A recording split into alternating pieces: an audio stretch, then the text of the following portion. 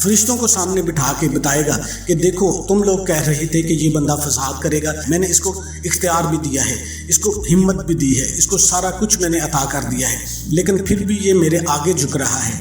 دعا جو ہے وہ ہر عبادت کا مغز ہوتا ہے، اپنے اچھے طریقے سے اللہ پاک سے گڑ گڑا کر دعا مانگ لینی ہے، اور کوئی بھی وظیفہ نماز کے بغیر مکمل نہیں ہوتا۔ آپ نے 5 وقت کی نماز بھی لازمی ادا کرنی ہے اور حسب توفیق صدقہ بھی دینا ہے۔ تمام دوستوں سے گزارش ہے کہ اللہ کے 99 ناموں میں سے ایک نام کمنٹ میں لازمی ٹائپ کریں۔